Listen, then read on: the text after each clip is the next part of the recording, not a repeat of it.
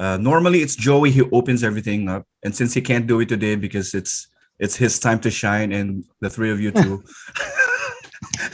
then the least he can do to open this is to give us a dance number, I guess. No, well, Ayun. Worm nga, Joey, worm. all right. So let's do this. Five, four, three, two, one. Crossing the wire.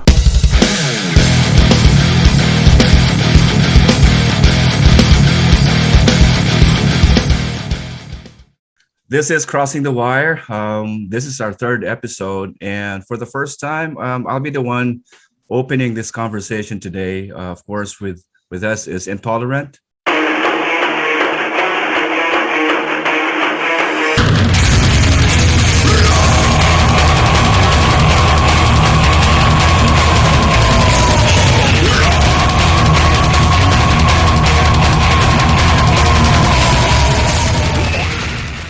Joey D in the house, Pepo, Mick, and Russell. How are you guys doing?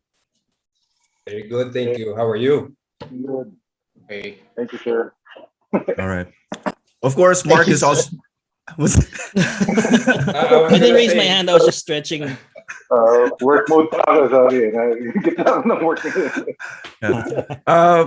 Mark and I are going to be doing the questioning today. I hope we get a lot of fun conversations. We'll talk about the band, plans, and whatnot. So I guess the first question is, how have you guys been doing? It's been more than a year since the pandemic. What's keeping you busy? So we'll go around the table and take turns. Joey, let's start with you. Keeping busy, talking to you and Mark most of the time on Fridays. You're welcome. You're welcome. Trying to get this podcast, whatever you call it, thing going. But yeah, like everyone else, I have a day job. I work for a company called Delubyo. It's still music based. I've always worked in music. I don't know how to do anything else anyway. Tapos yun, just the usual, staying home, playing guitar, trying to keep busy. For a time, naging active sa mga like the online jam thing and whatever. But yeah, I guess it's call it what you want. It's quarantine fatigue. Lately, parang just trying to stay sane. Ganun. Walking around the village, playing with the dog, the usual stuff. Very domestic stuff. Right, domestic. What about you, Pepo? Playing with the dog. But anyway, same old. Same old. The start of the quarantine was tough for me. Literally 4 months. Mark and I were very much in touch during those times. 4 months, nothing, no work. I still do design and construction, so if you can't get out of the house, you can't do your job. So that was tough, but yeah, slowly coming back. Still doing the same thing. Mostly at home. You know what? I still write music. Whatever, senti music, rock music, whatever, and still record some demos at home. That's basically been keeping me busy. No gym, no workout. So kami ni make no jiu-jitsu. Just been trying to run around, get some jog time. All right, Mick, let's go to you. Well, for me, actually right now, luckily during the pandemic, okay naman, I still had work. So, because I work for an IT company, so it's actually blockchain company. So they specialize on video games, actually, in NFTs. So I don't know if you've heard of NFTs right now. So medyo uso siya ngayon. And we were one of the first to make that. So luckily, because actually of the pandemic, alam mo yun, mas marami naglaro ng video games. So yeah, it worked out for the better for us. I mean, because mas nag-flourish yung company. So yun, been busy with that. So luckily still have work. And but in terms of yun, like what Pepo said, what I personally really miss is jiu-jitsu. Hindi rin nakakapag-training kasi syempre bawal. Mahirap na magka-COVID, di ba? And yeah, I mean, aside from that, I'm just normally holed up at home. That's it, Still dick around with the guitar and everything, but yeah, that's it. Syempre, video games, yun pa rin. What about you, Russ? Sa akin, Well, yung work ko kasi ngayon, di ba, nag-music school kami. So, noong 2017 nag-open. Tapos, nito nag-lockdown. Luckily, nakapag-shift kami within a month from physical classes sa online. So, yun. It was hard kasi hindi ako advocate ng online classes.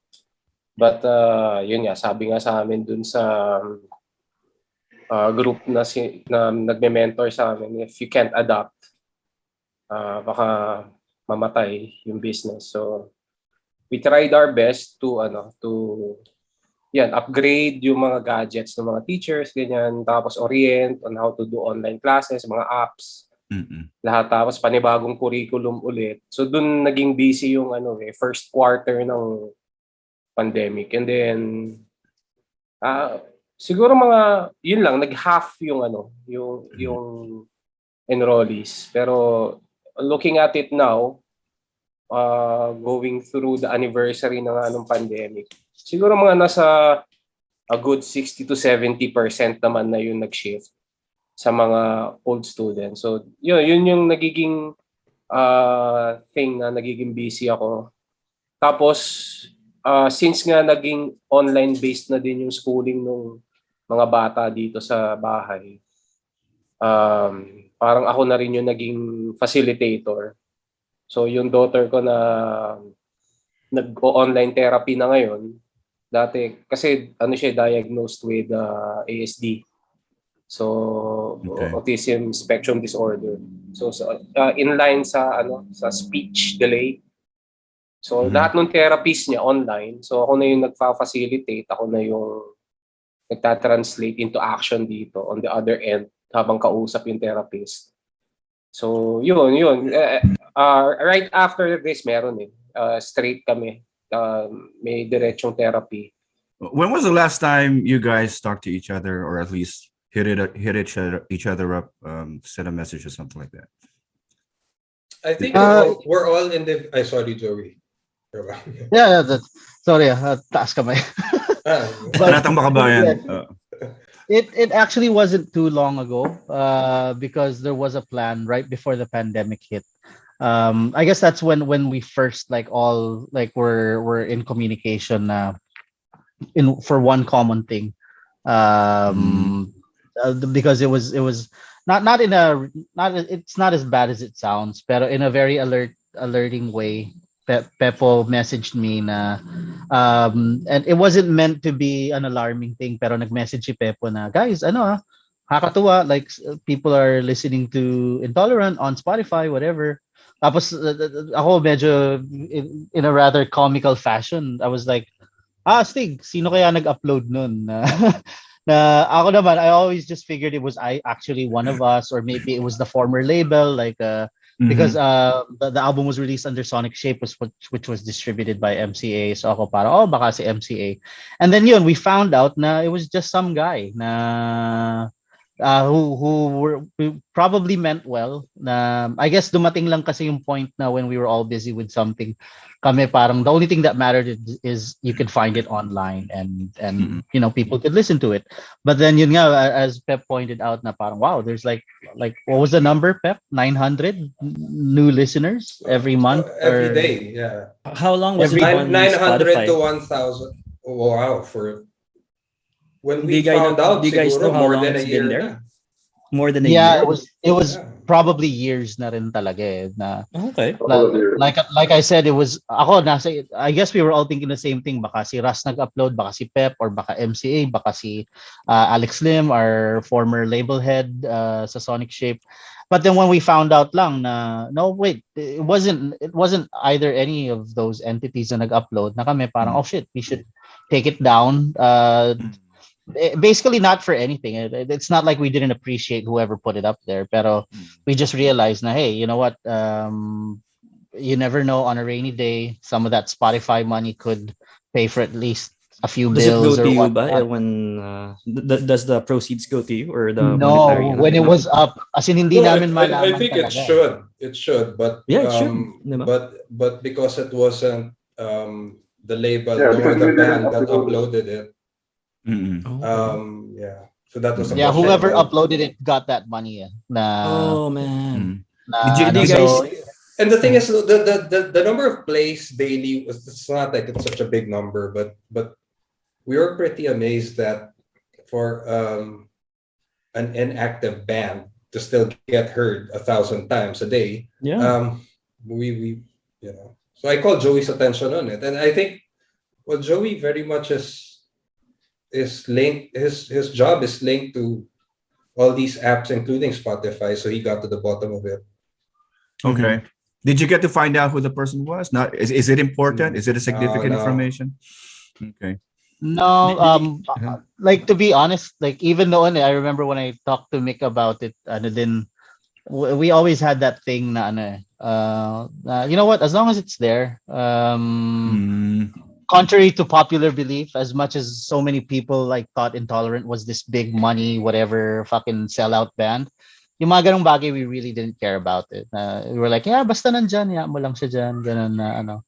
But then, yeah, well, it was just good timing. And sabi ko nga kila Pep, so I called Pep, nag-usap kami ni Mick, I called Russ, na sabi ko, you know what, let's just, I don't know, it's different. Maybe I'm built that way na I'm fine if I don't make money, but I just don't like it when somebody else makes money on something I did. Yeah. Na, It's dun lang ako medyo may issue eh. yeah. It's Okay lang really naman ako. right. It's really an opportunistic approach, right? And Yeah. you end up being the victim of somebody else's opportunism, right? So Did you guys know pala na there's this other Intolerant band on Spotify? Kasi hinahanap ko ng isang araw eh. Sabi ko sa sound trip na ako Intolerant. Pag ganun ko, sabi ko, puta, iba to ah. Sino to? Sabi may bago na silang album. Metal. You guys know that? Yeah. It's metal. Parang death metal. Well, yeah. Metal din eh. If you look right now, check nyo. Search kayo ng Intolerant sa Spotify. You'll see there's an Intolerant band right now. Yeah. Yung pala si Mick. Yung pala si Mick. Yeah. Si Mick nagsosolo. Mick, you better get Base your burner account down. Okay, I'm not gonna share the profits, Papa. Look, it was an interesting sharing earlier with you guys. It's one of the things that's common between Intolerant and Loads of Motherhood. We all have our day jobs, and they're there to keep. No, the gigging, the band. Josen is right now frozen. Yeah. With a very happy look on his face. Wait, I'm gonna take a screenshot of this. Hindi, nagkukunari lang yan siyang. Maybe he has a Joey, gumalaw ka customer, na. no? Joey, Tama how na, many customers Joey. there? Joey, Tama na, nakakatawa ka na. Yan, nawala. Yun lang. You got kicked out. It happens. It happens. kicked out. Sino yung nag-vote? Sino nag-vote kick out? So yeah, I was saying we have our day jobs. How was your approach to handling the band and the music in general? Was it really a full time? Is it like a sideline because you're passionate about music and making music? How was it with you guys?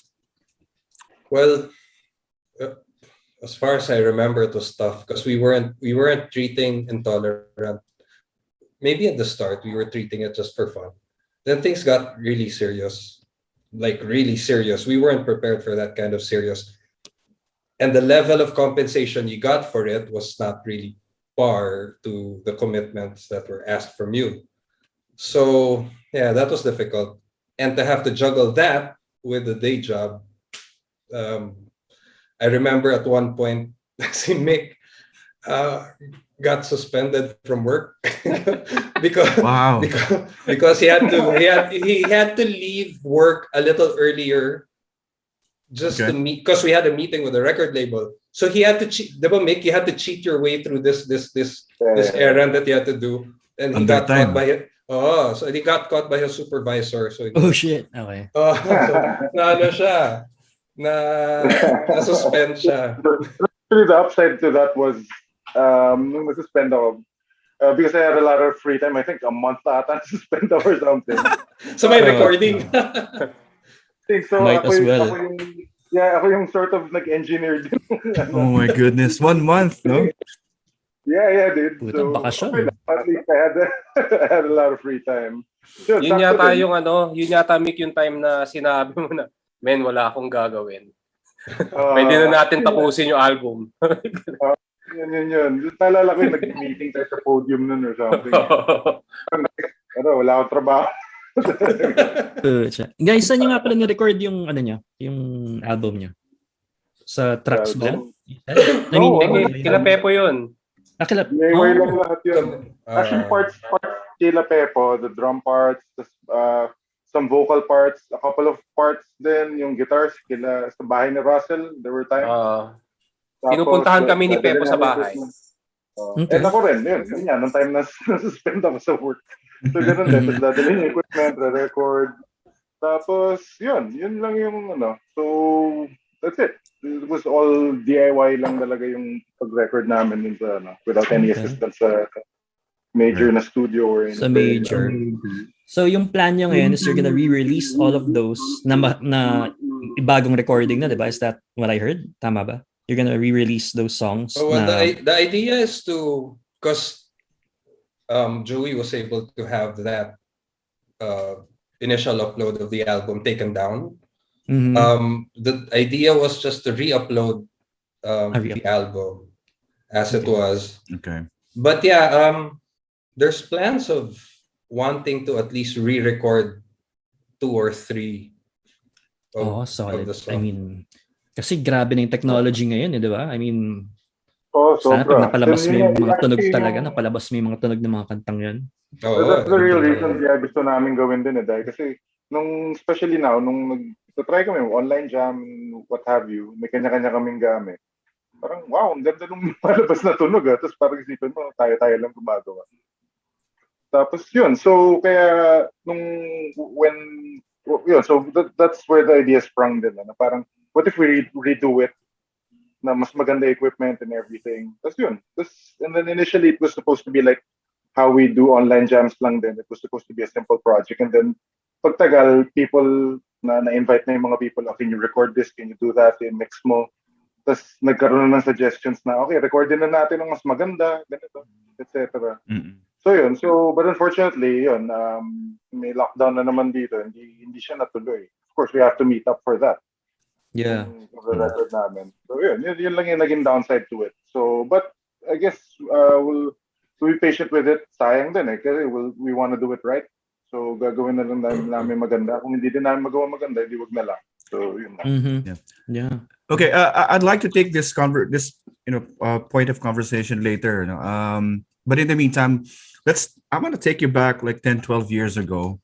And since Joey is already back, by the way, Joey, I took a screenshot of your Frozen picture earlier. You look really happy in your garden of thought. With your nice umbrella. That's a parasol, no? Your sorbetes umbrella. Yung tamang dumaan si Crush. Namadaan si Crush. Pang meme yun, yung picture ni Joey. Oh, yeah. That's When a Facebook. That's a profile pic. No, it's a profile pic. Profile pic yun. Yeah. So yeah. New umbrella. So let's do that. Let's really. Sorry, one thing I failed to mention earlier at the start. No, so we're doing this to sort of talk about the origins of the band, right? As we did for Loads of Motherhood and Bad Burn, and we feel it's really necessary since Mel, that's me. wait. Ako yung umiinom siya. I caught the fish. A goose. Yeah, yourself in the third person. I forgot who I was. Since is it me? Since Mark and Joey and me would try to do this for more occasions and for a longer time. So let's talk about the origins of Intolerant as a band and talk to us about your influences and the kind of music that you felt you wanted to play, and how was it forming the band and playing in gigs where a lot of people would show up, and things like that. So give us the origins story of Intolerant, and we can just go around the table again. That long-haired guy with a lot of guitars in the back, right? The guy in the back. The guy in the back. But basically, well, Russell and Joey go way back from Skychurch. That's a given. Even before Intolerant, they were already doing Skychurch. Then Russell and I got kicked out from UST and ended up in NU together. Oy, correction transferi ako. Ay, sorry. Ako pala ang na-kick out sa UST. So, Teka, we both ended up in NU, National University. Anong college nga pala kayo sa UST? Well, I mean, what, you know, Ako CAFA, architect. Same building kami. Engineering to eh. Okay, all right. Mm-hmm.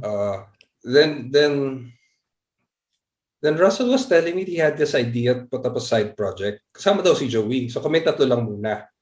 Then he had a song. It was a written song, which ended up to be our bonus track on the album. It's called Shift. So, nag-meet kami. Russell showed us the song. We started to work on this one song. And then we hung out in that zone for a year. We were sort of an unnamed band for a year with just that one song. What year was this, Pep? Man, Russell. 1988? 2006 yata, 5. Mga 5 yan. 95. 2005. Pwede yung 2005. 2004 Pwede yung 2004 Actually, nung kinausap kita noon, originally nung nagpang-abot tayo sa NU, mga earlier pa yon. Nagkakasalubong lang tayo sa hagdan noon eh. Hindi agad-agad nangyari yung jam eh. No? Hindi. Nag-abot. It sounded like a violent attack, ha? Nag-abot kayo. Oo, nag-abot kami. Nakakatakot. Maabutan ka ng Russell de la Cruz. Hindi kasi yung room niya, yung classroom ni Pepo noon sa taas ng floor namin eh. So, parati ko nakikita sa nagkakasalubong. O yan, bago. Nagkakasalubong sa hagdan. Pag paakyat siya, pababa ako. So, dun kami nag-uusap parati. Tapos na-discuss lang. Pero hindi pa Intolerant yun eh, at that time. Parang walang pangalan. Wala pa. Unnamed band pa yon. How many names did you guys... With the name pala. Yeah. Sino ng pangalang name? Yung name ng band, sa naalala ko lahat nung naging title nung kanta namin, ginamit namin name ng banda yun eh, for a time. So, kada gig namin nun, iba-iba yung pangalan. Like what? What names? Yeah, yung Clench Fist, Meron pa nga kami, parang Strike Force or something like that. Wow! Meron tayong parang gano'n. Strike Force. MMA yun, ha? Hindi ko naalala. Strike Force Trauma. Pero for one day. MMA. And it also sounds like a Steve Carell movie, or a Ben Stiller movie. Strike Force. G.I. Joe, eh. Basta alam ko si Mick yung may pakananong Intolerant. Nung isang jam session. Pala. Actually, ako yung I just usually write down whatever, yung pag may random na words na naisip ko na parang, okay, song title to, okay na band name to. Kinausap niya ako noon eh. Sabi niya, parang Russ, time na yata para magkaroon tayo ng tamang pangalan. Kasi kada gig natin, iba-iba pangalan natin. So, pero ang galing ng name niya, dude. Solid for a band name. One of the, sa Pinas, yun yung mga, kami kasi Loads of Motherhood. Joke lang. Yeah, one of these days you're gonna find out why it's Loads of Motherhood, and you're just gonna laugh about it. Oh, shit. I know there's a story behind it. But you never told us. Actually, Loads of Motherhood is a pretty awesome name. I always like the name Loads of Motherhood. Medyo, I guess it's silly to you guys because you know the story. Pero, nasty ka naman sa Loads of Mother. I mean, could be way worse. Could be Sponge Cola, di ba? No! Oh! Actually, nakakatawa niya. Kami ni Nino ayaw namin nung nag-start. Tapos, when we played our first gig, na-realize namin, parang okay tayo ah. I mean, when we played at Dread, na parang too late, wala na tayong gagawa. Medyo yung mga tao na kikilala na tayo. Hindi na natin mapapalitan. Pero loads na kayo, di ba, doon sa Payanig? Ay, sa boom Yeah, na boom? Loads na since kayo then nun eh, talaga, di ba? loads na talaga kami nun. So. Oh. By the way, this is the time I'm gonna kick Mark out of the Zoom room. So Para si no, Ayaw, ayaw yung pangalan. Pero Yeah, yeah, going back to Intolerant. Yeah. yeah, going back to the history, the funny thing is what a lot of people, well, we never really made it public din naman. Pero Intolerant was really, ano eh, if, I guess, ang parang napagkwentuhan namin ni Russ sa ni Pep, again, nung nagja-jam kami, we jammed for almost like more than a year. And nagiging wild na rin talaga yung mga jam. Eh. May mga jam na I remember we were playing a Stained song, a Metallica, Nothing Else Matters by Metallica. It was ano eh, para siyang ano eh, like, and I use the term lightly, no? Parang nagkaroon din kami ng fatigue from the whole metal whatever thing na masyadong ganon na we really wanted to break away from the stereotypes and we wanted to explore melody. We wanted to explore songs na with less distortion. At least that's how it started out eh. Yun talaga ano eh. Tapos I think it was already at that point in time dahil may pamilya na si Russ nun na the conversations were going beyond yung usapang bata na parang I remember very clearly may conversation kami ni Russ na alam mo chong ano eh tugtog na lang kaya tayo pag Sabado na lang, pag weekend na lang or pag Biyernes kasi this whole playing on a Monday night 3 a.m. Doesn't make sense anymore eh. And again, it wasn't because of money eh, pero parang feeling namin, you know, we it was us acknowledging na, you know, we are getting older na and why are we playing by these rules? Kasi parang ang daming rules ng like being in a metal band, eh, diba? Na parang, which is why I guess we related to bands like Loads of Motherhood, or we always related to bands who wanted to break the mold or the stereotype. Eh. And that was our thing. Yun yung thing namin nun nila Russ sa kanila Pep na, yeah, let's play this song. I like this song, pero hindi siya mabigat, hindi siya ano, pero astig siya, okay siya, ganun. Which is why Shift was the pivotal. Kaya nga ironically, it became the bonus track eh. Kasi that was like the first ever song that we made as a band. It was the first ever song we actually recorded as a band.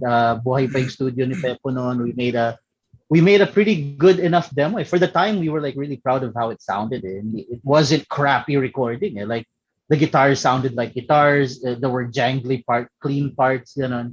So when we recorded that, basically it was we didn't have a plan, pero we knew we wanted to do something. Ako, I was just like burning. Usong-uso ng new technology nun, yung pag-burn ng CDs. And I do it at the pulp office. And then I just give it out to friends na, guys, ito yung bago namin banda. It's really not like Skychurch or LOC. Almost to the point na it was funny for me na, guys, pakinggan mo may ballad kami. Na, which was such a bad word at the time. Na parang talaga, metal na banda, may ballad. Na, Fade to Black, ganun na. And kami nila Russ nila Pep, parang that was precisely our, na sabi ka, pwede naman yun eh. Bakit walang gumagawa, di ba? Na, so yeah, that was the main ng Intolerant. It was really just something we wanted to do on a weekend and something na because ako I guess I understand Russ. Like basically Russ was born into Skychurch. Eh. Na there was bound to come a time na ibang kabanda naman, ibang naman. Ako naman, I was just getting tired of the whole. I was always on the fringes na I worked for a sellout music magazine, but then I was playing and I was hearing all this politics. You can't do this. You have to do it this way. Now, parang, you know what? I just want a band that's not afraid to take chances. And yeah, I mean, there was a very specific conversation I had with Russ and Pep. Na sabi ko, you know what? It wouldn't be the worst thing to make money. And we're not talking about like money, rock star money. We're just talking about like money so I can pay for the guitar strings that I need to buy, or Pepo can buy new drumsticks for each gig, or panggas man lang, di ba?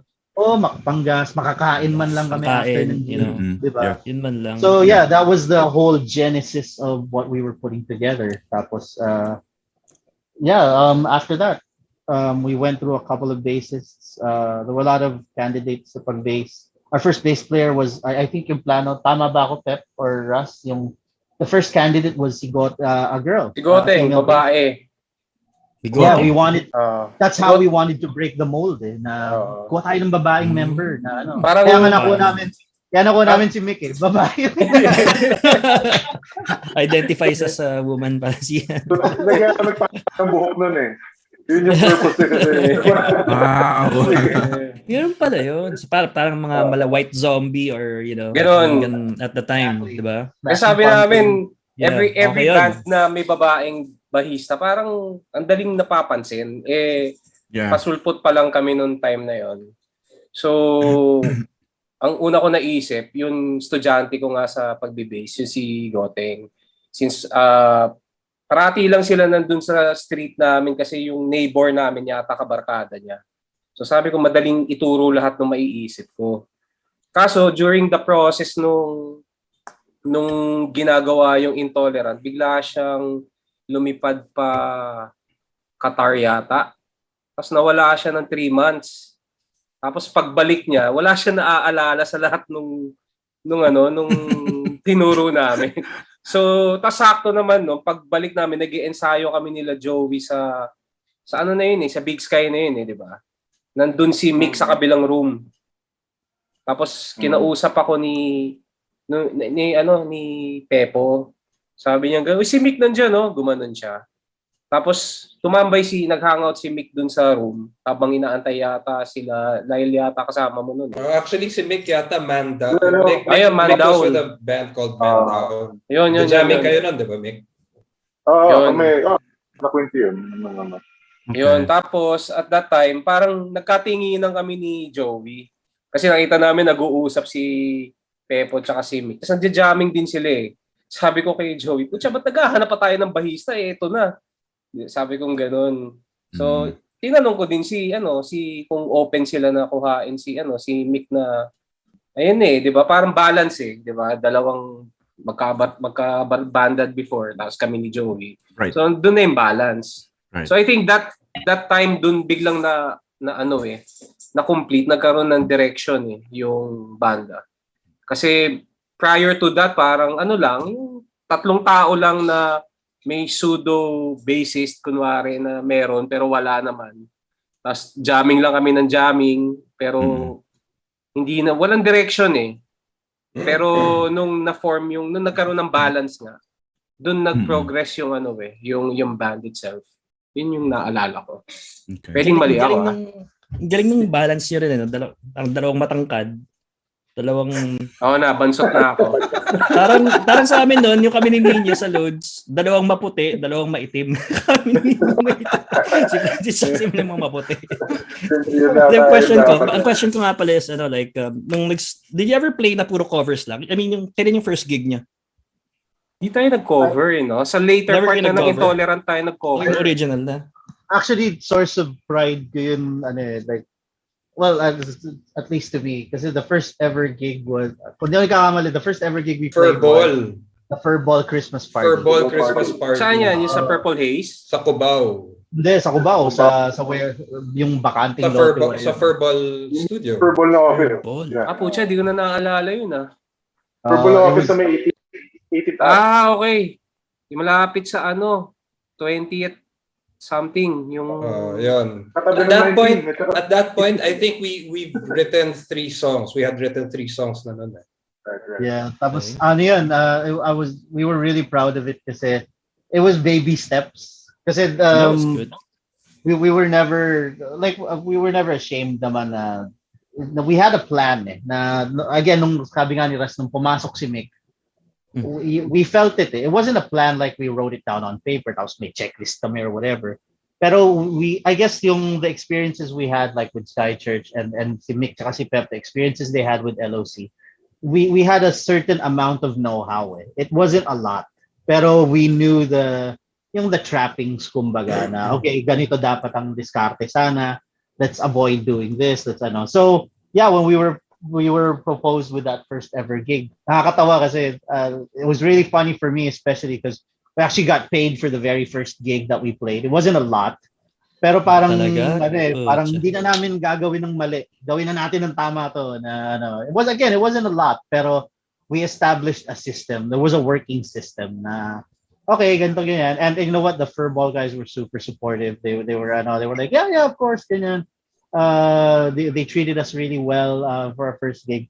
Pero basically, we just wanted something that would actually work. Tapos yun, it was funny because again, we just had 3 songs. Tapos it was good enough. And as far as I remember, it wasn't like, it wasn't ordinary. Kasi usually when you say first gig, lahat ng kwento, it was a disaster, hindi ayos so ano. As far as I remember, it was a pretty good gig again, we played well as far as I remember. And then we got all the booze that we needed. And then Booze? naka-hang out pa kami after. Nakakain Booze. pa kami because we made some money. And I was like, wow, parang, you see, you don't have to be miserable for great art. Diba? Parang, that was why I was so proud of that first gig. Na parang, come on, hindi naman kami naghihirap, pero it was worth our time, parang ganon. So that was the first gig I remember we played. And after that was Merix. And the second gig was Merix, and so many people showed up na it wasn't like it wasn't a metal thing. People who showed up were like friends who rarely went to metal gigs. Like all my friends from college showed up. A lot of them really didn't like metal. Alam mo yun?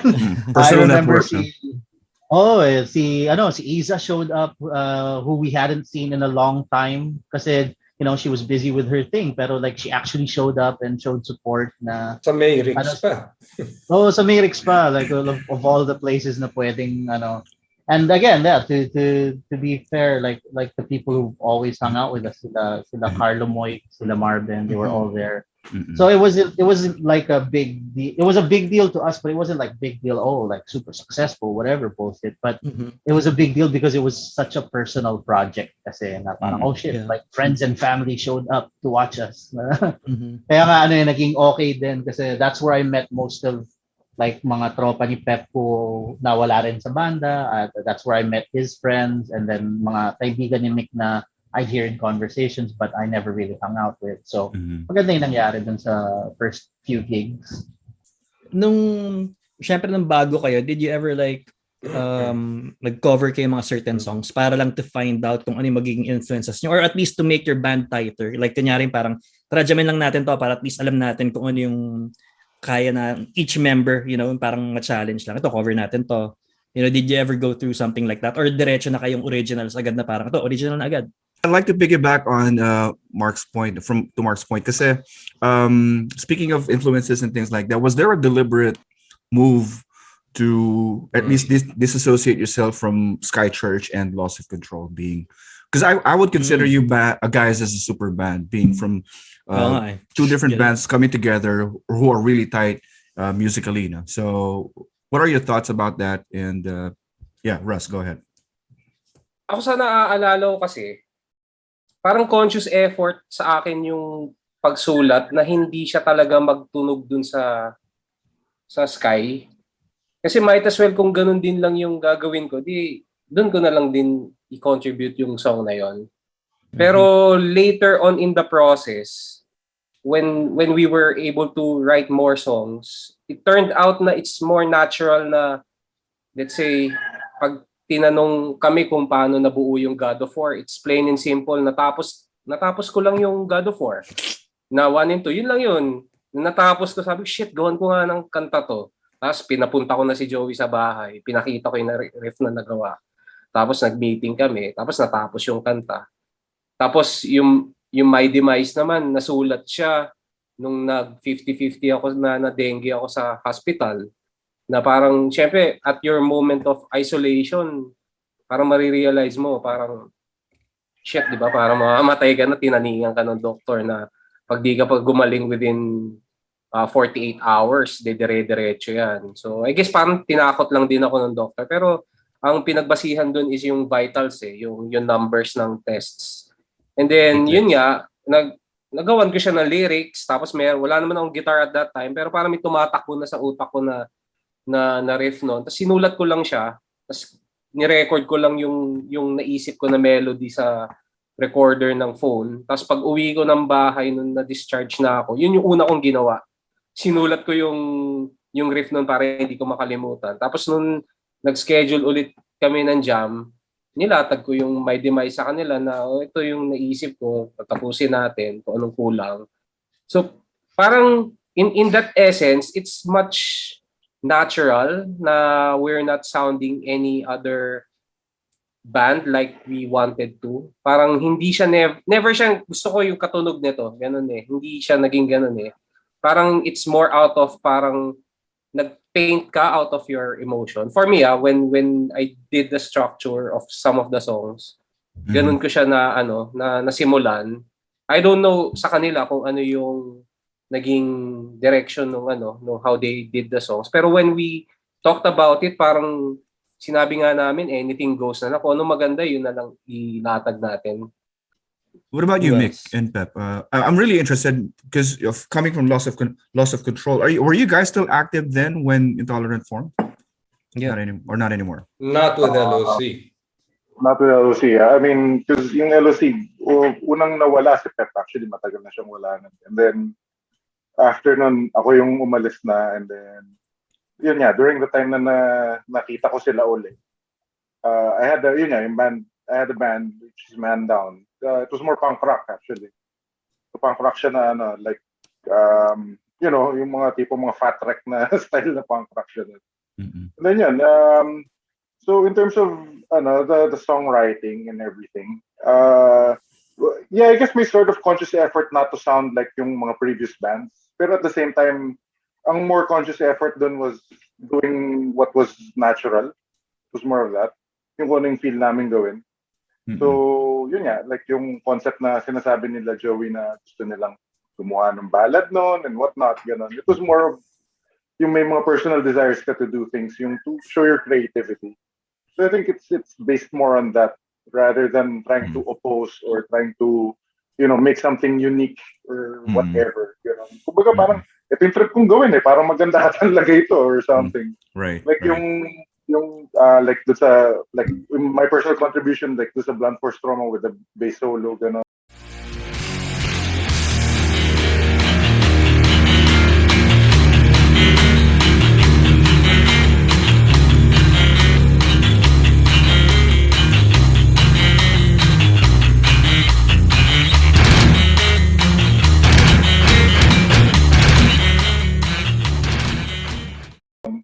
Na parang it was something that I wanted to do. Pero at the same time, parang, sige, lagay natin. Parang ganun, para lang, di ba? And then initially, parang, yun yan, napag-usapan na namin nila Joey before. Initially, he wasn't a fan of it. Na parang, ba't ganyan? Bakit biglang bumagal na, Tapos parang nung pagtagal, parang nag-work naman siya, nag-meld together naman doon sa song. Tapos parang, okay, sige, cool. Okay pala yan Di ba? Parang ganun lang. So, it's more of that. Yun lang talaga yung motivation kung behind the song.